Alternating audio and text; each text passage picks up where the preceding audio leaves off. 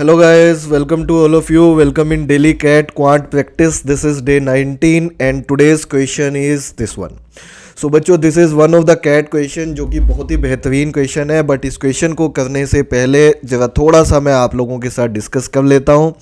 I hope so आपको पता होगा, नहीं पता है तो एक बार देख लीजिए बच्चों. अगर मैं आपसे पूछूं कि 5 फैक्टोरियल क्या होता है तो आप कहेंगे सर 5 फैक्टोरियल क्या होता है, 1 into 2 into 3 into 4 into 5. Factorial का मतलब आप सबको पता होना चाहिए. जैसे अगर 4 फैक्टोरियल पूछूं तो that is basically 1 into 2 into 3 into 4, कहाँ तक की मल्टीप्लीकेशन जहाँ तक पूछा गया है.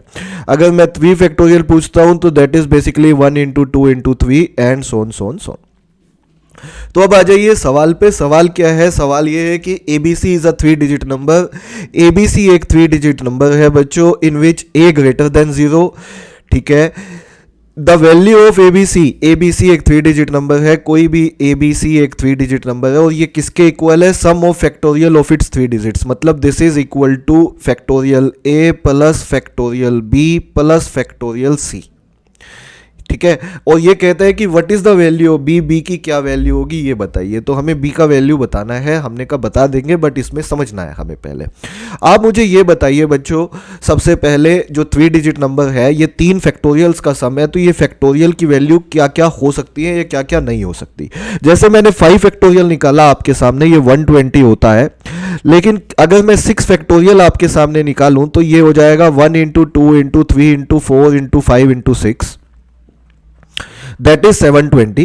और ऐसे ही अगर आप 7 फैक्टोरियल निकालोगे तो ये नंबर तो और ज़्यादा बड़ा हो जाएगा बेटा, 1 into 2 into 3 into 4 into 5 into 6 into 7. तो सबसे पहले तो मैं आपसे पूछना चाहता हूँ कि ये नंबर आ जाएगा आपका 5040. तो कहना ही से इनमें से कोई 7 फैक्टोरियल तो हो ही नहीं सकता. इनफैक्ट ना 7 फैक्टोरियल हो सकता ना इससे ज़्यादा हो सकता है, क्योंकि किसी को 7 फैक्टोरियल ले लिया तो वो 4 डिजिट हो जाएगा, जबकि नंबर कितने डिजिट का है? नंबर 3 डिजिट का है. तो बच्चों 7 फैक्टोरियल तो हम ले ही नहीं सकते. तो इसका मतलब है कि हमें इससे नीचे जाना पड़ेगा. मैं कहता हूं इनफैक्ट कि आप 6 फैक्टोरियल भी नहीं ले सकते. कोई बच्चा सोच के बताए 6 फैक्टोरियल क्यों नहीं ले सकते? सर ये तो 3 डिजिट में आया है. बच्चों आया है तो 3 डिजिट है, लेकिन आप सोच के देखो, अगर मैं 6 फैक्टोरियल लेता हूं इनमें से किसी को तो 720 तो नंबर वहीं से निकल आया, मतलब कि एक डिजिट कम से कम 7 तो बन ही जाएगा. और अगर कोई भी डिजिट 7 बन गया तो उसी का तो फैक्टोरियल ले रहे हो ना आप सोच के देखो. अगर मैंने 6 फैक्टोरियल किसी नंबर को रख दिया तो ये नंबर कम से कम भी मिनिमम 720 तो हो ही गया ना. तो इसका मतलब 720 का मतलब ए के पास कम से कम 7 चला गया. इसका मतलब 7 फैक्टोरियल इसके बांटे आएगा, यहाँ कहीं तो आएगा ना 7 फैक्टोरियल, और वो तो आ ही नहीं सकता क्योंकि 5040 है. तो बच्चों, प्यारे बच्चों, हम 6 फैक्टोरियल भी नहीं ले सकते. हम किसी को 6 फैक्टोरियल भी नहीं ले सकते, तो हमारा 6 फैक्टोरियल से भी नाता टूट गया. अब आ जाओ 5 फैक्टोरियल पे. मैं कहता हूं ये 120 होता है, 4 फैक्टोरियल 24, ये होता है हमारा 6. 2 फैक्टोरियल लिख लो एक बार. 2 फैक्टोरियल इज 1 इंटू 2 2, और 1 फैक्टोरियल इज बेसिकली 1. ठीक है. अब आप मुझे ये बताइए, हमें कहना ही से 5 फैक्टोरियल 120 तो लेना ही पड़ेगा. एक नंबर को 5 तो लेना ही पड़ेगा, क्योंकि उससे छोटा लिया तो बच्चों 3 डिजिट नंबर ही नहीं बन पाएगा.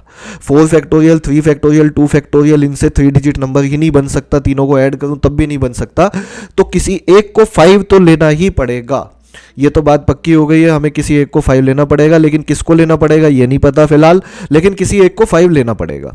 और किसी एक को 5 लोगे तो उसकी वैल्यू आएगी बच्चों 120.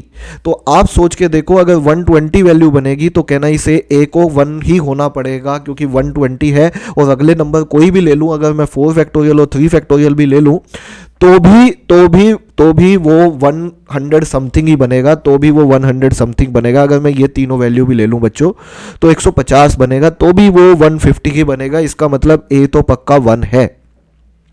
बोलो सही है, ए तो पक्का 1 है. और किसी एक को 5 भी लेना है, हमें किसी एक को 5 भी लेना है. हमने कहा ले लेंगे. इसमें क्या है, तो हमने कहा एक तो 1 हो गया, एक तो 5 फैक्टोरियल पक्का हो गया, एक 1 पक्का हो गया. क्योंकि 5 फैक्टोरियल नहीं लेंगे तो 3 डिजिट नहीं बनेगा, 1 नहीं लेंगे तो 120 समथिंग आंसर आ रहा है, तो ए 1 नहीं ले पाएंगे. तो ए तो 1 है और इन दोनों में से कोई एक 5 है. अब अगला इनमें से सोचिए बस 4 3 2 में से, और बच्चों बैठा के देखिए. जैसे अगर मैं 4 लूँ तो 4 फैक्टोरियल 24 होता होता है 120 प्लस 24 कितना हो गया 144 प्लस 1 145। तो 145 बनता है 4 लेने पे, और 1 फैक्टोरियल 4 फैक्टोरियल और 5 फैक्टोरियल यही तीनों लिए और 145 बनता है। तो बच्चों जैकपॉट आपका यहीं से निकल जाता है। जैसे ही आप b को 4 फैक्टोरियल लेते हो और इसको 5 फैक्टोरियल लेते हो तो देखो नंबर भी आपका 145 बन जाता है। देख लो, चेक कर लो, 1 plus 24 plus 120, can I say that it comes out to be 145। और अब 3 और 2 को देखने की जरूरत नहीं है बच्चों, 4 फैक्टोरियल पास है। देखो 1 फैक्टोरियल और 5 फैक्टोरियल तो पहले से पक्का हो चुका था, यहाँ से 4 फैक्टोरियल भी पक्का हो गया, 145 बिल्कुल मैच कर गया। तो बच्चों ऐसा नंबर आगे से ध्यान भी रख लेना, इस पे कई बार क्वेश्चन आता है।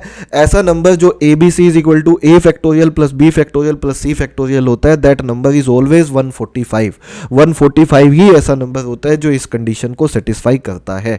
तो हमसे बी की वैल्यू पूछी थी, हम कहेंगे बी की वैल्यू 4 है, तो 4 is the answer of this question, और 4 ही बच्चों इस सवाल का सही आंसर है।